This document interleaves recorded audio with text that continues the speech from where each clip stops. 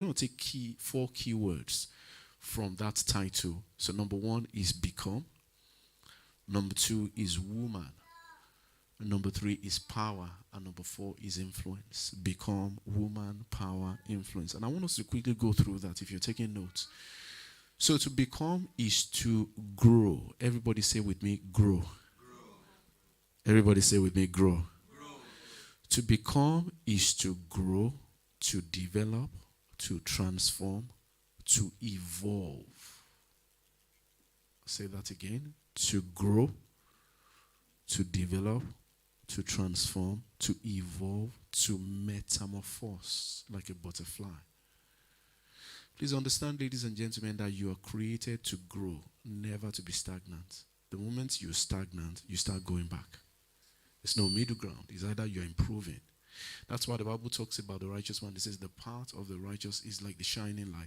It shines better, brighter, brighter. So you are not supposed to know a better last year or a better yesterday or a better last month. You are supposed to continue evolving.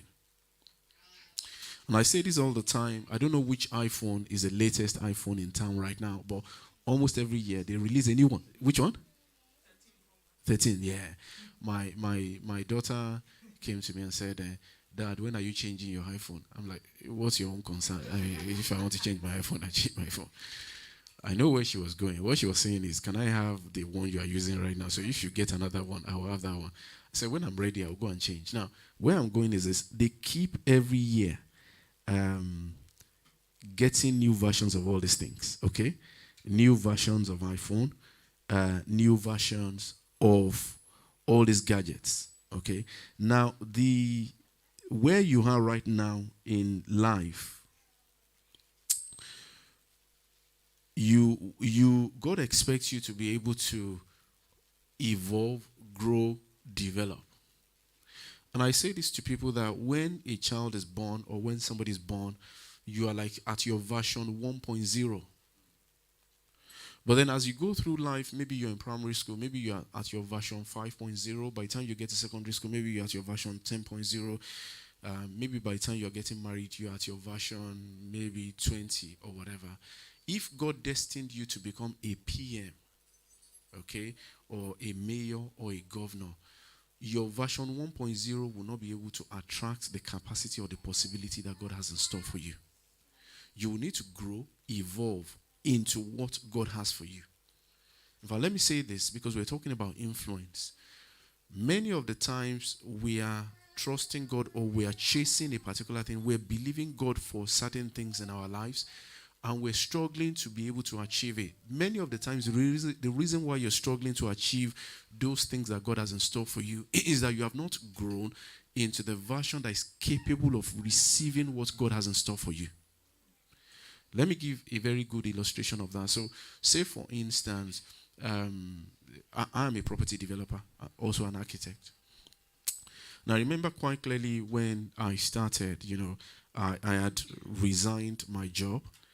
And I initially started just doing drawings for people, getting planning for people, and then would do little bits of renovation for people. And then eventually I wanted to go into main property development. And apparently I needed funds. So some of the people I went to, I said, I needed funds. Can you please give me money? There was this particular guy. All I needed at that time was just maybe even £50,000. We spoke about it. He said, I'm going to give you that money. Then all of a sudden, it just went quiet. He didn't say anything again. So eventually, I spoke to his friend who brought him. And I said, why has he gone quiet? He said, the guy thought again, said that this guy, he hasn't built new build before. I don't want my money to be used as experience. But fast forward several years, by the grace of God, if I want to attract 1 million now, it's not a problem. Because you grow into a version of you whereby you are not the one chasing that thing again. Other people now chase you. Those things chase you. And that's why the Bible talks about goodness and mercy will follow me. Some people are chasing goodness and mercy. Meanwhile, goodness and mercy should be chasing you.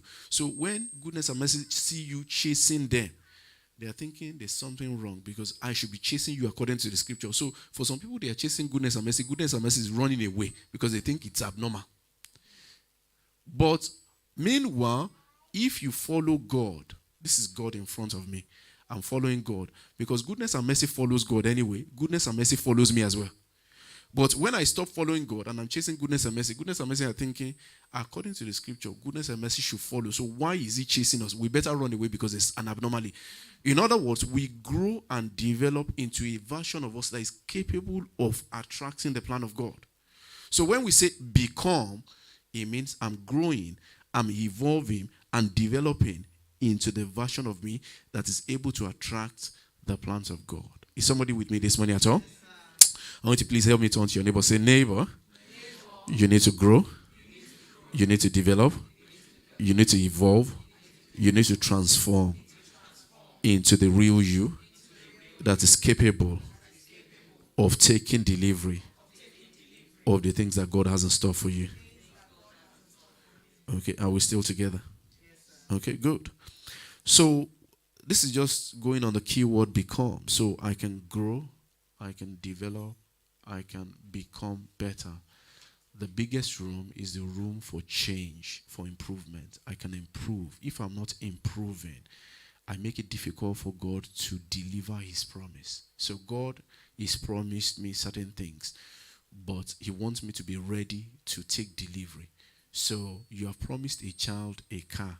Your child is going through A levels, but they have not taken a level of responsibility. You're not going to give them the keys of the car, even though you can afford it, because you think they're going to destroy themselves with it. But a child may even grow beyond their age. You think this person is ready for that. There are many things that you're asking God for. God is not stupid. God knows you have need of these things.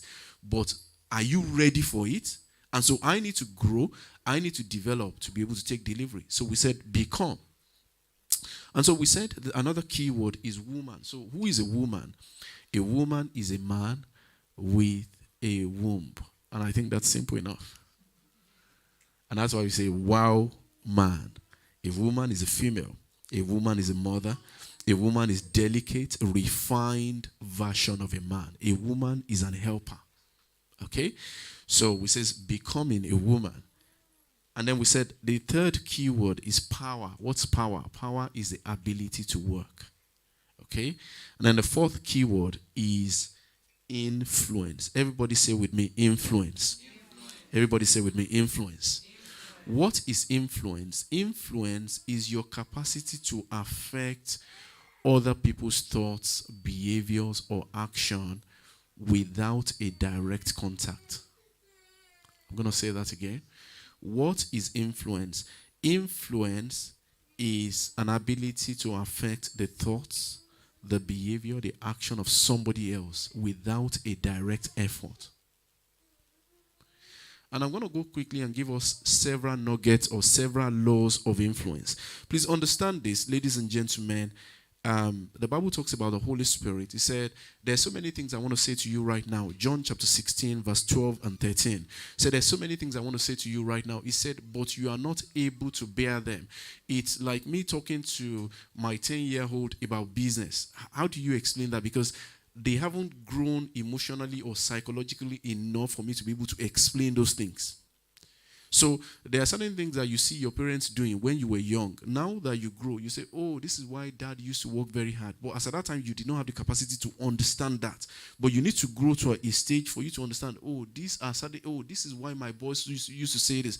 Oh, this is why this used to happen. So Jesus was living, and Jesus said, I am not able to tell you so many things that I want to tell you because you don't have the capacity to take it right now. He said, but when the Spirit of truth comes, the Spirit of truth will lead you into all truths. Now, what are truths? Truths are fundamental principles in life. Many of the times, they don't change. Like gravity, for instance, is a fundamental principle. Unless you get out of the gravitational sphere, if you drop something, that thing falls. So there are certain fundamental laws of influence that I think it's worth us mentioning this morning before we take examples from the life of Esther. And some of those things, if you're taking note, the first law of influence that I want to say to us this morning is that every man or woman is an influencer. Every man or woman is an influencer. So if you're a man, if you're a woman, you have the capacity to influence other people. Okay? So every man or woman is an influencer. And then number 2, influence, like I defined, is the ability to affect the thoughts or the action or behavior of another person without any direct effort. Okay? And then number 3, law of influence is that you are a person of influence when you touch lives. The more lives you touch, the more influence you have. Okay? Never, position is the lowest level of influence. I'm the pastor. It's the lowest level of influence. Because that's only a position. I'm the manager. No. So that's only, you can be the manager, but people don't want to obey you because you don't have influence with them. You can have a particular designated position, but in leadership, people under you don't want to obey you because you have not connected with them. Okay? So you are a person of influence when you touch lives. Number 4, law of influence. Influence can be positive, it can be negative. That's why you need to be careful about the people around you. Somebody can affect you positively, somebody can affect you negatively. That's why when you say to children, do this, they only do what they see you do, not what you say. So if you go around with people who are smoking, you go around with people who are into all kinds of things, we are influenced by the people around us. If you go around people who love the Lord, what you find is you are also influenced. Okay?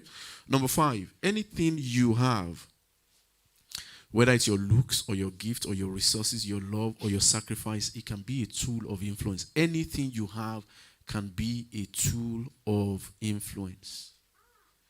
Anything you have can become a tool of influence. Okay?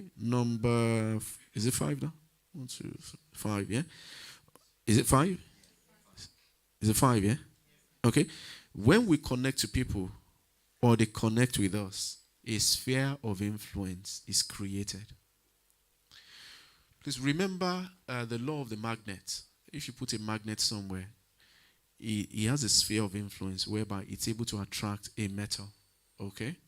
So when you connect to people or they connect to you, a sphere of influence is created. Now, let me say this. One of the key things that we need to understand about what I've just said, is that there is an invisible sign upon the head of everybody that says, I want to be loved. Forget about how they behave. Forget about whether somebody says, I don't really care. It's a lie. Inside each and every one of us, we want to be respected. We want to be understood. We want to be listened to. We want to be loved. Once you understand that key principle in life, you have understand a button that allows you to be able to connect to people. Once you show respect to people, you understand them. The way you relate to them, they connect with you. The moment you just treat people anyhow, they disconnect from you. So for many people, I see problems in homes at times, problems in marriages, because this particular law of influence is not recognized. Times I see problems in leadership, levels in place of work, because a manager thinks, because I am the manager, therefore, whatever I say goes. But he does not know that it's easier to have influence than to enforce your position. Because when I use my influence, I just only need to nudge you, and then you do it. In fact, at times I don't need to say anything. You do it because you want to make me happy. Okay? But if I have to use my influence, that means I have to enforce my position. And so how do you enforce your influence? One of the ways is that you connect to people. So when you connect to people, or they connect to you, a sphere of influence is created. Are we still together? Okay? Number 7, I'm just giving us a few nuggets this morning. Every man operates within a sphere of influence. Please understand that you operate within a sphere of influence. Just like the magnet, your sphere might be just like that.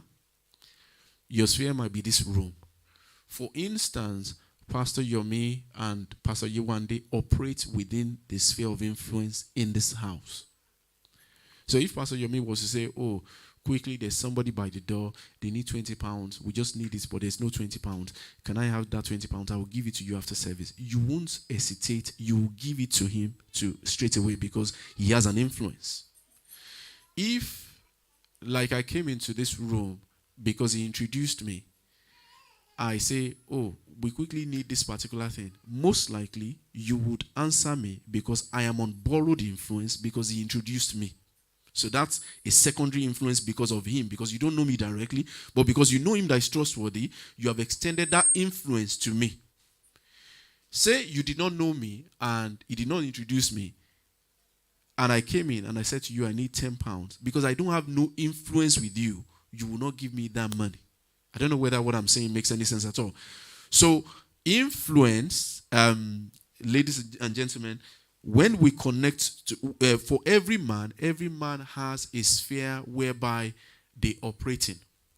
Joe Biden, for instance, anywhere he goes all over the world, you know him. The prime minister, you know him because there's a sphere of influence.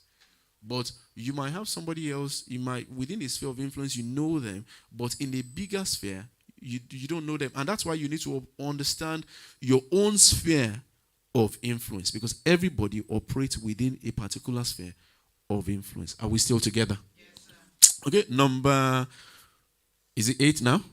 Yeah. Number 8, your sphere of influence can be widened or developed.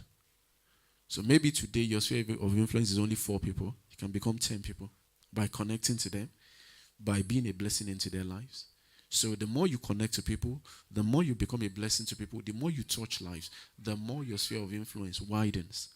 I was reading, about Ronald Reagan. Ronald Reagan was an actor. In fact, before he was an actor, he was only a spokesman for General Electric. He used to be a salesperson for General Electric in America. And it was quite good because he could communicate. And from there, he became an actor in Hollywood. And because his sphere of influence, he was now on the movies, so people can see him. So at times, when you see somebody in the movies, they become almost like role model. So his sphere of influence is extended because of the movies. And then from there, people started saying to him, you can go into politics because people like you. He became the governor of California for 2 terms. And then from becoming the governor of California for 2 terms, people then said to him, look, people like you, you have this sphere of influence. You can actually become the United States president. And then he went for United States president and served for 2 terms. But he started from being just a sales rep, a communicator, to being an actor, to being a governor, to being a president. In other words, your sphere of influence can be developed or widened. Are we still together? Okay, please help me tell your neighbor, if we are together, say, neighbor, I don't know what your sphere of influence is, but it can be widened. So maybe your sphere of influence is only me, but it can become bigger. If you bless me more, maybe your sphere of influence becomes bigger. And the more you bless people, the more the sphere of influence you have with them. Yeah, the more you bless people, the more you sacrifice with people, the greater your sphere of influence become. Okay? Now, let's go to the life of Esther. So this morning already I've defined, the key 4 points, becoming woman, power, influence, and then I've told us a few laws of influence. Now, the reason why I told us some of these laws of influence is because we are not only ministering to our women, we're also ministering to our men. Somebody said something powerful. He said, you shouldn't have to work for everything in life. Please listen to what I'm saying. He said, if you have to work hard for everything you have in life, he said, you're missing something. Let me repeat that and let me explain that. If Hillary Clinton wanted some money in the US, she said, she's doing a particular thing. Do you know that there are people, in fact, when she went for presidency, do you know that there are people that are chasing her? Just say, she's not asking for it. Just say, I want to give you 1 million. Why? Because those people can see potential in her. This is why Jesus said something which is powerful. He said, he that has would have more. The person that does not have, even the small that he has, will be taken away. And then he told a parable. He said, one time somebody gave 1 to somebody. He gave 2. He gave 5. The guy with 5 multiplied it because you can develop your sphere of influence. The guy with 2 increased. The guy with 1 complained and said, you always want to reap where you don't sow. So he kept it, so he did not develop it. Even the one he thought he had was now taken away. Now, let me apply it into our real life. I don't know whether many of us, you have ever tried to apply for a credit card before. They do a credit check on you. They do a credit check on you. They say, well, you are even owing this amount of money. And even though you need this money, you need this credit card so that you can do other things, they say, we don't feel comfortable to give you the money, so they don't give it to you. Somebody else has extra money. They are not even owing. They say they don't need. Then they write them in a post. They say, in fact, we have seen your account. We like you. We think we want to give it to you. So the person who does not need, they are chasing the person. The person who needs, they said, we are not comfortable to give you. It's a law of life. So Jesus said, the person that has would have more. The person that does not have, even the one he has, will be taken away from him. Now, going back to what I said, that you are not supposed to work for everything